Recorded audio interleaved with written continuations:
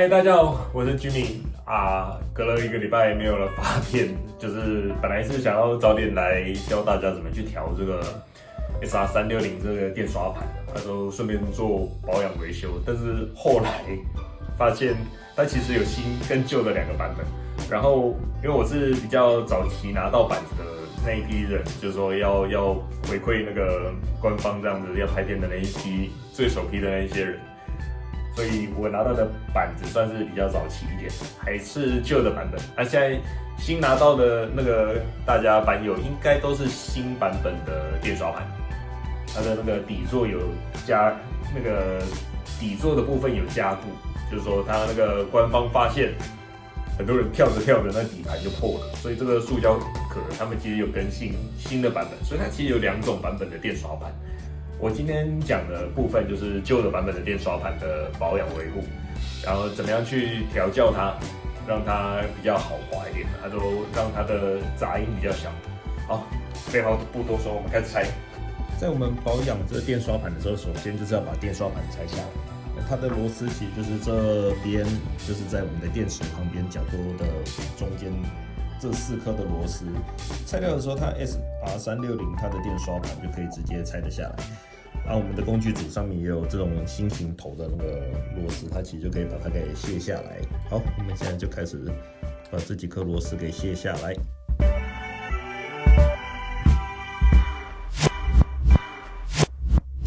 旧的版本的那个 SR360的这个底座，这塑胶的底座，它里面其实就是放电路板啊那些东西。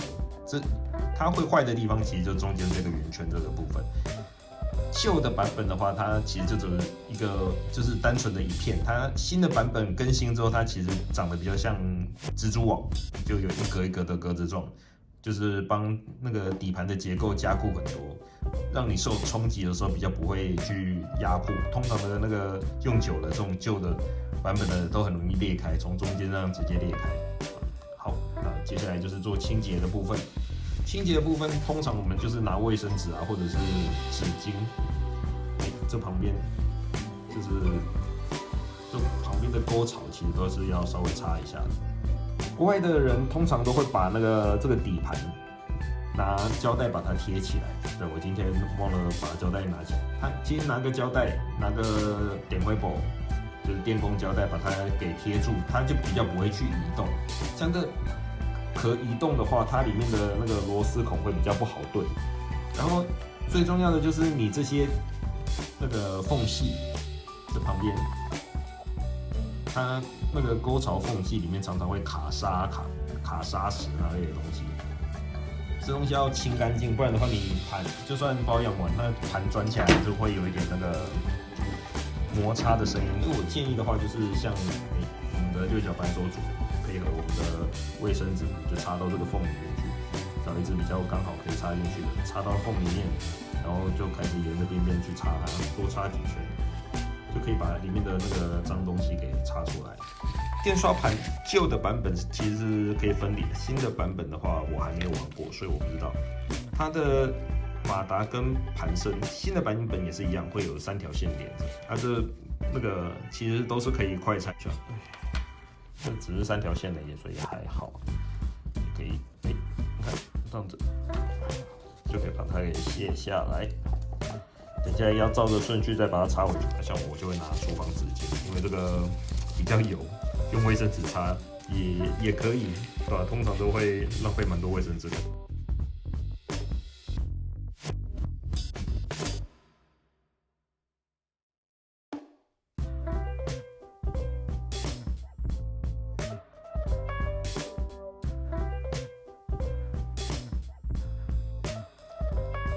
其实官方也有教学那个怎么样去做清洁的影片，但是有些小技巧它好像没有提到，就像这种导电的这种 pin 上面要如何的调整，我个人是觉得要把它拉高，但是官方有些国外的影片就直接用手去扳它，但是扳的话它是前段会拉起来，它后段还是弯的。那久而久之，它的位置会跑得不一样，怕那个电刷盘到时候刷到的那个轨道，像我们的电刷盘有3环嘛，你看，有3环的，怕到时候刷到的轨道不一样，会死，会短路这样。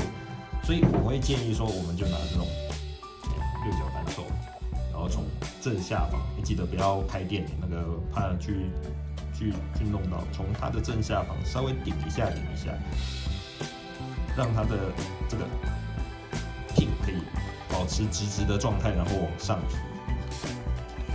就像之前我是用手拉的，你看这就会看起来歪歪的，所以这种都要稍微做一下调整，顶一顶，然后它结就会慢慢的往上升。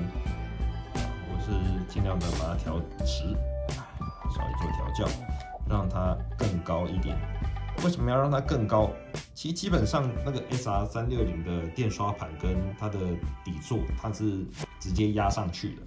你自己想嘛，东西直接压上去，它基本上摩擦就一定会有摩擦力，就是那个塑胶跟塑胶的接口处一定会有摩擦力。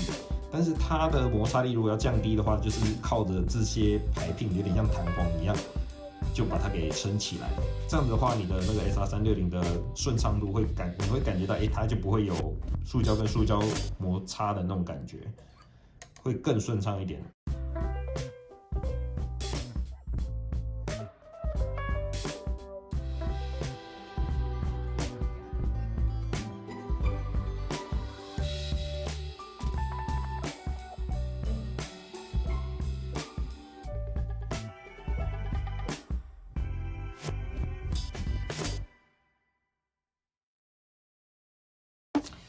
它的油其实就是，如果说官方建议的话，它其实是这一瓶。这其实是细胶的一种细胶导电纸，它其实是专门用在电刷、马达那些上面的一种油，它会比较浓稠，看起来就很像浆糊。我打开来给大家看一下，对，它其实看起来就很像那种狗啊。好，这官方出的导电池的部分，之后听那个我们台湾的代理商说，他们也会帮忙进这些导电池。如果说到时候有需要的话，也可以跟他们做采购这样。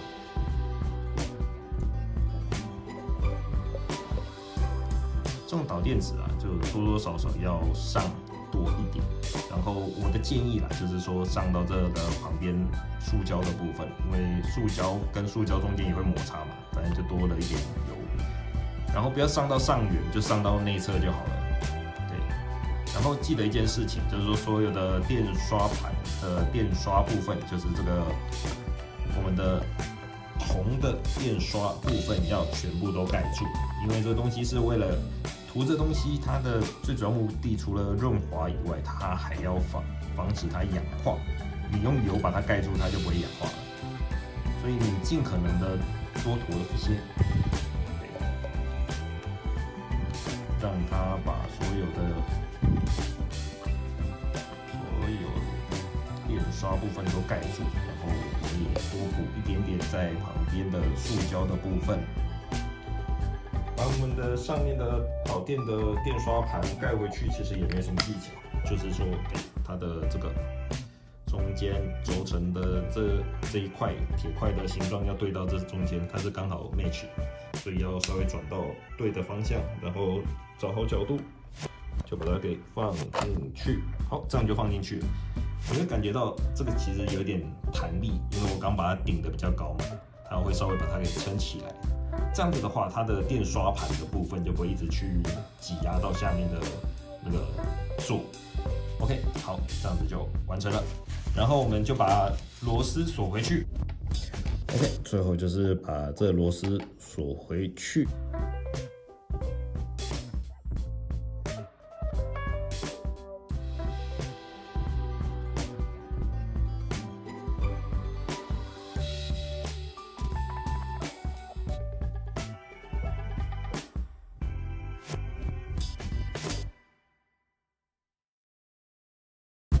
排pin如果说都有调整好的话，基本上它就会把它往上撑，它说你的盘基本上就不太会有那种很奇怪的异音，就是那种滴滴嘎嘎的声音。